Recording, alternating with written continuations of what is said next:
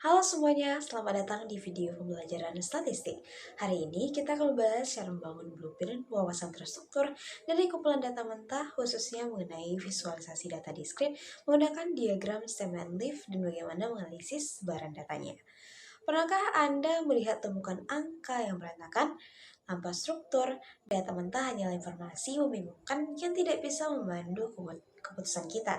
Disinilah visualisasi dan statistika deskriptif masuk untuk mengubah kekacauan tersebut menjadi sebuah kejelasan, menemukan pola tendensi dan variabilitas dari sebuah data. Sebelum divisualisasikan, kita bahas dulu apa sih data diskrit. Sederhananya, ini adalah data angka yang didapat dari hasil menghitung atau penjajahan, bukan mengukur. Karakteristik utamanya adalah nilainya pasti bilangan bulat, tidak ada koma atau penjahat, dan bersifat terputus. Contohnya, jumlah 35 siswa, 120 kendaraan di persimpangan, atau 45 pasien per hari. Nah, untuk menyajikan data jenis ini, ada solusi klasik yang luar biasa dari John Tukey di tahun 1977, yaitu diagram stem and leaf, konsep leaf atau diagram batang daun. Konsep anatominya sangat unik. Misalnya, kita punya angka 85.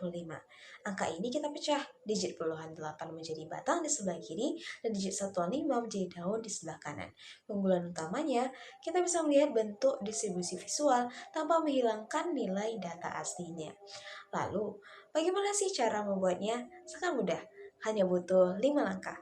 Pertama, kumpulkan data dan cari nilai terendah serta tertinggi. Kedua, tentukan batang menggunakan digit depan.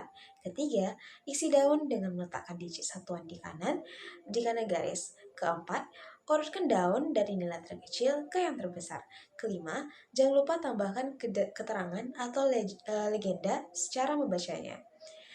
Jika kita bandingkan dengan histogram atau box plot, diagram stand and leaf ini adalah satu-satunya metode yang bertindak sebagai arsip visual.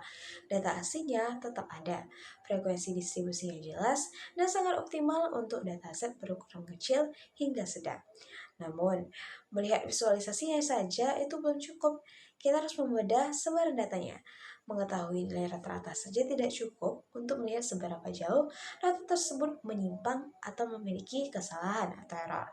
Kita bisa menggunakan range atau jangkauan, tapi ini tuh sangat sensitif terhadap outlier atau nilai ekstrim.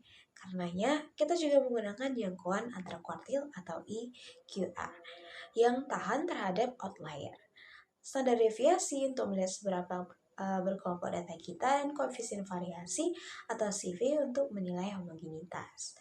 Mari kita lihat studi kasus nilai ujian 30 mahasiswa ini.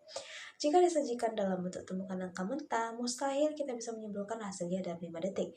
Tetapi, lihat apa yang terjadi saat kita transformasikan ke diagram batang daun dalam sekejap. Kita langsung tahu bahwasanya nilai berkisar dari 63 hingga 95. Mayoritas mahasiswa 76,7% mendapat nilai 70 hingga 89, dan kurvanya terlihat normal. Secara matematis, visualisasi tadi sangat akurat. Rata-rata nilainya 80,3 dengan media 80,5, standar deviasinya 9,4, dan koefisien variasinya 11,51%. Kesimpulannya, distribusi nilainya sangat sehat atau nyaris simetris. Tingkat kesulitan soal sangat pas dengan rata-rata kemampuan kelas, kemampuan mahasiswa cukup seragam, dan yang terpenting tidak ada nilai anomali atau outlier di kelas tersebut. Meskipun metode John Tukey ini diciptakan secara manual, konsepnya kini diadopsi penuh di era digital modern melalui bahasa pemrograman Python dengan library seperti NumPy, Pandas, atau Seaborn. Kita bisa mengeksekusi visualisasi ini secara instan. Python juga sangat kuat untuk mendeteksi outlier otomatis menggunakan kalkulasi Tukey phase dalam hitungan milidetik, bahkan untuk ukuran data yang masif. Sebagai penutup, ada 3 rekomendasi penting. Pertama, Latih intuisi manual Anda dengan diagram batang daun sebelum beralih ke coding. Kedua, kombinasikan metrik visualisasi dan ukuran sumber data untuk gambaran yang komprehensif.